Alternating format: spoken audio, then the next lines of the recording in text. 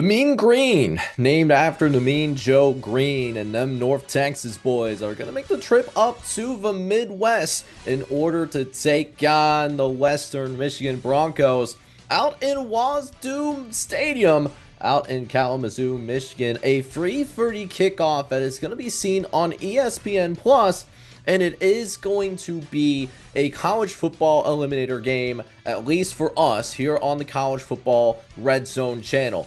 Now, North Texas does come in as possibly one of the most explosive country offenses in the entire country, at least in the G5 context, as they just got done hanging 50 plus on an FCS Lamar's team, while also showing some signs of improvement potentially, as they did end up going out and pitching a shutout as well, in addition to putting up those 50 plus points in the Lamar game. And even though it is just an FCS team, we got to see them do it against a higher level of competition, which we aren't going to see as much of from North Texas specifically, because they didn't schedule a power conference opponent this year.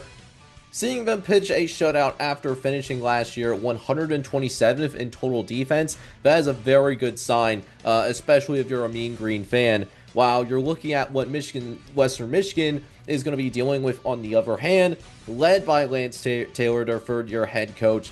Probably not the start that they're looking for. They're coming off of a 23-6 opening season loss where they had a hard time sustaining drives and really had a hard time moving the ball, period, gaining just over 200 yards of total offense on the day.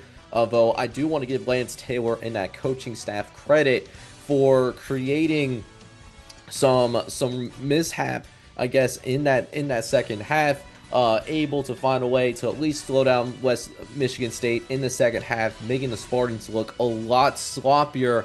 And then I believe they scored off of a pick six off of Aiden Childs, if I'm not mistaken, and able to take that to the crib.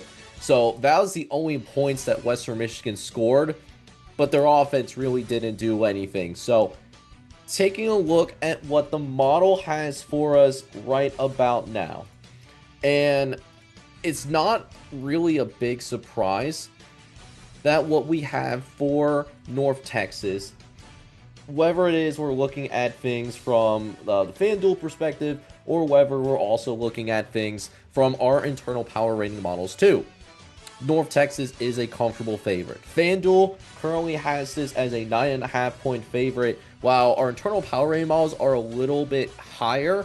And the thinking behind that logic is because we think that this is just the kind of matchup where we think North Texas would thrive in. For example, I mean, North Texas, they're bringing in a high-octane air raid into the affair that could really bring some significant challenges to a team that was certainly exposed defensively in the first half against Michigan State.